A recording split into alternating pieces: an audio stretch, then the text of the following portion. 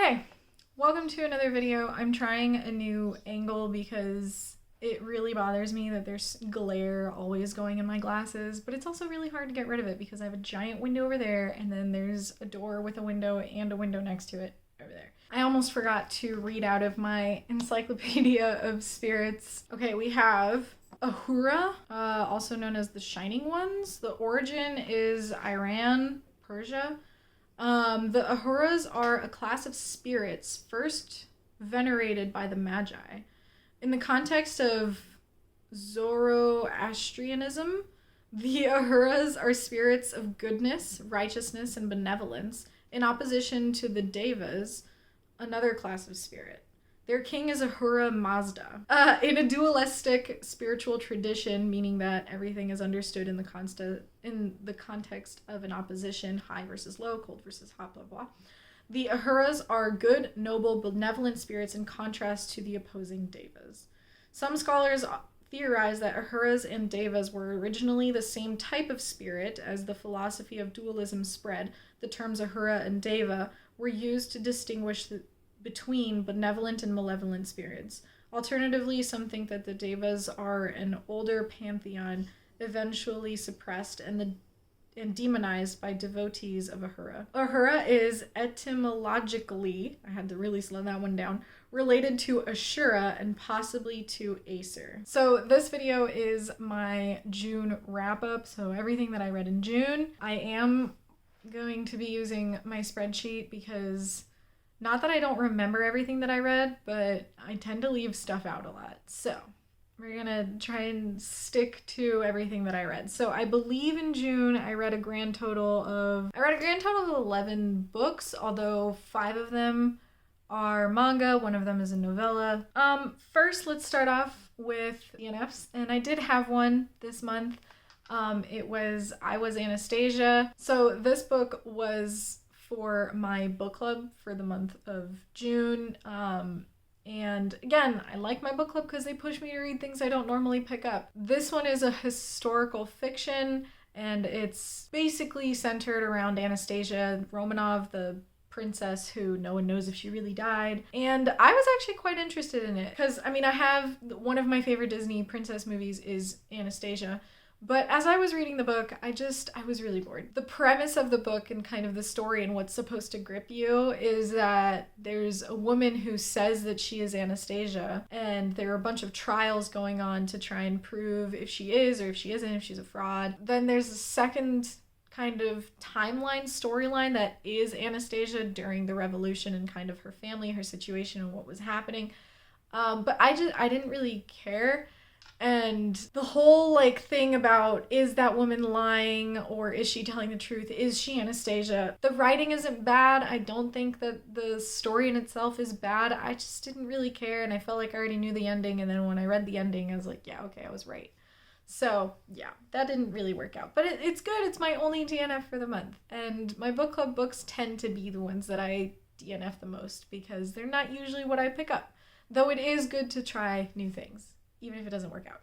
This is going to be a little tougher because now I'm going to kind of go through from least favorite to most favorite, I guess, in the month. I guess we'll start with my only 3-star, which is A Psalm for the Wild-Built by Becky Chambers.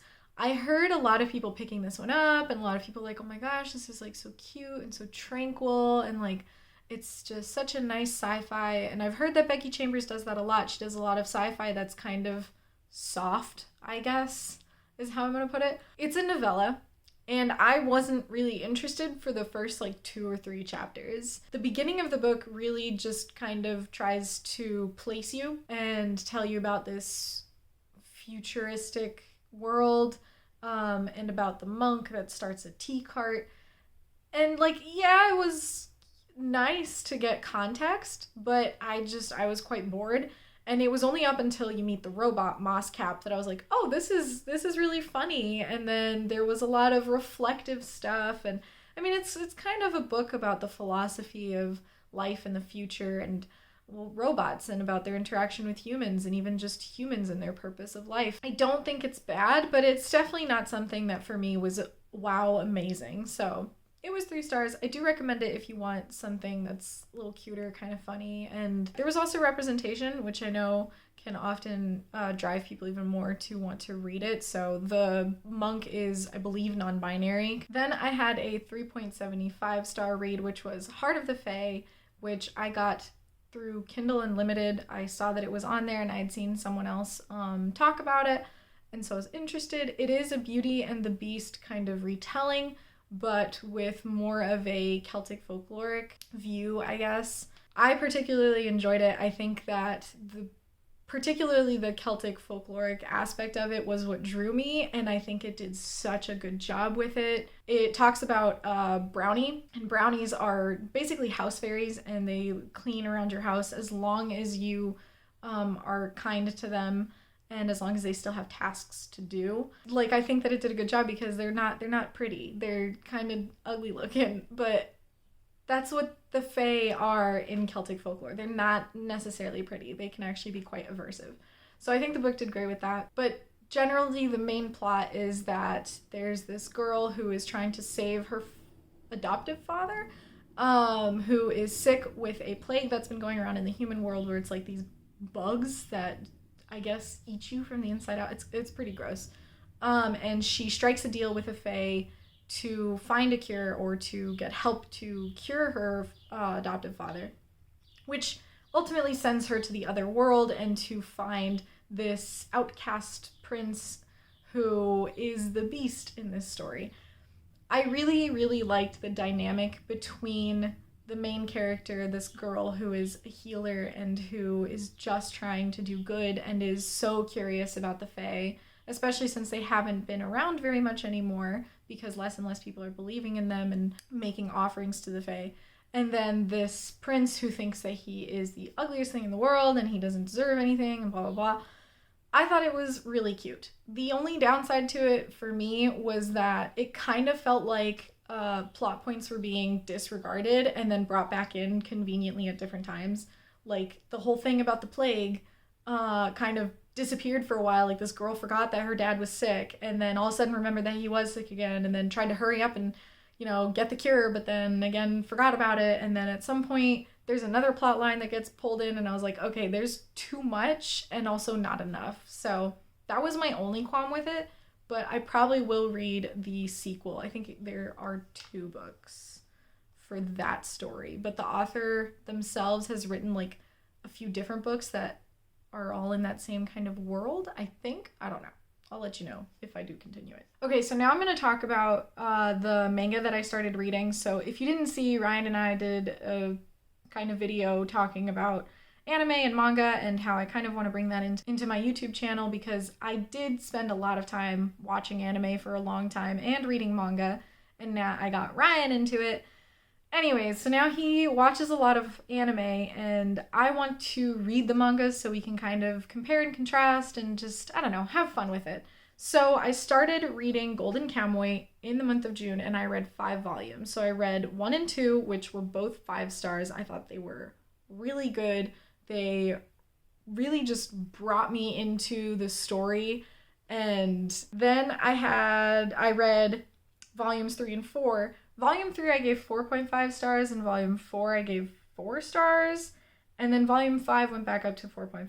So, personally, I'm thinking that maybe I shouldn't be giving stars to specific volumes because the story isn't even done, and like in 1 volume, I don't know, like it's hard. It's like judging only half of a book, right?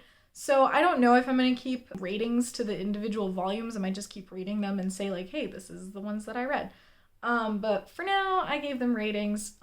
So if you don't know, Golden Cowboy is a manga, and it is a historical fiction manga centered around a soldier called Immortal Sugimoto, I think is his name. And he is back from the war, so I don't remember what year it takes place in, but Japan has been at war with Russia, and he's back, and there's this story going around about a hidden treasure. And I don't want to go too much into the details because it's really complicated, but basically he's looking for it, and the way to find it is there were these prisoners who were all tattooed with a part of a map to get to that treasure. So they have to find the people with the tattoos, and either take them with them or kill them and skin them, which is pretty brutal. He ends up, so Moro Sugimoto ends up pairing up with a little girl called Asirpa, which her dad was involved in this treasure. I think that he was one of the people trying to hide it and protect it, and then he got killed somehow, so she wants revenge. So they're kind of adventuring in the wilds of Japan and looking for these people, and there are other people looking for this treasure too, so they cross paths a lot. But the point is that this manga has a bit of everything, and Ryan and I will talk about it more when we talk about it. Okay, now I actually have physical books to hold up. So if you know me at all, this may come as a surprise, but I read a YA fantasy and I gave it 4.75 stars, and that was Shadow of the Fox. I thought that it basically read like an anime. It was really fun. So the story about this one is basically there is a scroll, or part of a scroll, and it's part of like a dragon ritual something where you can summon something that will grant you any wish you want. And obviously the history behind it is not so great. People have used it for very naughty things. And so we start with a story where we have Yumeko, which she is a half kitsune, and she's been raised in a monastery with monks, and she causes all kind of mischief, but she's really cute and really like friendly. And then we have a demon slayer, the big bad demon slayer, who has been taught his whole life to suppress all of his emotions because he carries a demon in his sword, a very powerful demon. And his name is Tatsumi. And so he is trying to get the scroll, and she is trying to protect the scroll. And the whole adventure becomes both of them going toward another temple where she has lied to him saying that the scroll will be there, and she's kind of using him to protect her from any dangers that might arise. And throughout their whole adventure, they meet other people and a lot of different encounters, very dangerous encounters. This book was a lot more brutal than I thought it'd be. Like, it literally starts off with a young girl getting sliced in half. I'm like, oh! So yeah, that was a bit of a shock. I wasn't expecting it. But in general, it was also really cute and funny. Like, there's one character, Okame, he was so sarcastic. And also Yumeko, she is very innocent. Like, she doesn't know much about the world. So sarcasm goes right over her head and she's trying to learn it. And she thinks she's very kind and she's very caring and she believes in kindness first. I mean, she was raised by monks. Whereas Tatsumi is this cold kind of trust no one. So there really was this grumpy sunshine kind of thing going on, which was absolutely adorable. And I thought it was so cute. I didn't expect to like a young adult book, so I'm glad I did. All right, and now my final 2 5-star reads that both of them broke my heart. Both of them hurt me so much, but we'll start with the sequel to The Shadow of the Gods, which is The Hunger of the Gods. So I had intended to read this one last month in May. I don't know, I kept pushing this one off. It's pretty big, but wow, am I happy I read it. I'm still recovering from the emotions, but it was very much worth it. So, Hunger of the Gods is, as I said, sequel, Shadow of the Gods. I can't really talk too much about the plot in this one, but it does continue right after the first book. And in this book, I will say that you follow 3 primary characters in the first book. So you have Orca, who is a mother trying to get to her son, to save him. Elvar, who is, I don't really know how to explain what she really is. She's in a crew of, like, I guess you could say mercenaries, who are hired for different tasks. And in this one, she ends up taking over the mercenary group. She does a lot. Like, she kicks some fucking ass in this book, and she makes decisions that I'm like, God damn, girl, you're gonna rule the world. And then you also have Varg, who he was a slave and was taken into another mercenary group called the Bloodsworn. And here he kind of learns more about himself, and he becomes stronger and closer with his comrades. And I think that each and every perspective is interesting to read. So the two other perspectives that are added in here, Bjor and Guthvar. Bjor, I can't say much about because I think that would be spoilery. He has a lot of conflicting feelings about what he's doing, and I think that that was a great perspective. Also, it gives a perspective beyond enemy lines.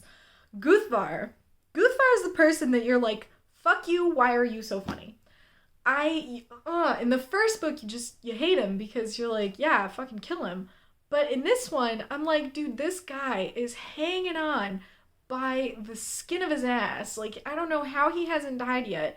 And it just, his little remarks sometimes, I was like, yeah, I agree with you. Like, Guthvar is who I would be if I ended up in this situation, just as I am. Never trained as a Viking. I would be him because there have been times where he sits there and he's like, man, I really don't feel like dying today. I'm just going to sit back and watch. And I'm like, yeah, that would be me. I'd be like, yeah, no, I'm not about to fuck with that because I'm going to die if I do. So he was kind of comedic relief for me anyways. But yeah, I can't say much more about it because then it would go too much into the plot and into the stuff. But it advances the story and the ending had me in fucking tears. I need John Gwynne to write that third book. And I know that John Gwynne had a really rough year last year. If you don't know, his daughter passed. And I commend him for just publishing this one in the first place. And I know that he hasn't really given like a date or even an approximate date for when the third book will come out. So all positive thoughts are going towards John Gwynne. And I really hope that he does get to write his third book, but it's not a priority. Life comes first. And the final book, and the reason that I'm keeping this one for last is because this is the final book in a trilogy that I did not really expect to read this year. Every single book that I picked up from the series was like an impromptu, like, fuck it, why not? Like, I never officially added them to my TBR, so they messed up my monthly TBRs, and that's why I didn't get to a lot of the books that I planned. And that's The Poison Song by Jen Williams. This is the third book in the Winnowing Flame trilogy. This is the last book in a series, so I'm obviously not going to talk about the plot very much because I can't. And in this book, there was so much. So the Winnowing Flame trilogy is basically, you're in a fantasy world and there is an enemy that always comes back, and every time they come back it's called a reign because there's a society, I guess you could say, a civilization called Eborans. They're kind of, I guess you could say that they're like a elf vampire mix. They live for a very long time, but they gain their I guess immortality and powers and longevity from this tree, which is their god, and that tree, when the enemy arises, will drop fruits, which they call the rain. And in this trilogy, the enemy has come back, but the Eborans have been very sick. They have been dying essentially because their tree died in the 8th reign. And now this is in the 9th reign, and this is the end. This is the, are they going to beat the enemy or not? The stakes were so high. There was no way of knowing who would be safe and who wouldn't. Like, throughout this whole thing, I thought Tor was a goner. I thought Burn was a goner. I thought Noon was a goner. I thought Vintage. It was so hard to read and to not read. Like, I kept wanting to pick it up, but at the same time, I was like, when I finish it, it's done. And I don't know what I will do with myself. And yeah, it kind of, I don't think it put me in a slump, but it definitely made it harder for me to pick up other books because it blew me away. Absolutely blew me away, and I'm still recovering. If you haven't read this trilogy and you like fantasy, I'm afraid to recommend it because I don't want anyone to not like it, because I know that everyone has different tastes. I might fucking love this series, and I've seen a lot of people love it, but other people might not. And I've seen some reviews for this book where people are like, meh. And I'm just like, how? How do you say meh to this? But I do really, really recommend it for anyone who loves fantasy, because it has like a mix too. It's almost a little sci-fi sometimes. The creativity that comes from this author's mind, insane. All right, I've been recording for way longer than I should, and it's because I tend to ramble. But yeah, that's everything that I read in June. I didn't expect to get that many into the month, and A Psalm for the Wild Built and Shadow of the Fox were definitely ones that I didn't think that I would finish, but I did, so cool. Let me know what you read in the month of June if you want to. You don't have to. And yeah, I will see you in the next video. Ta!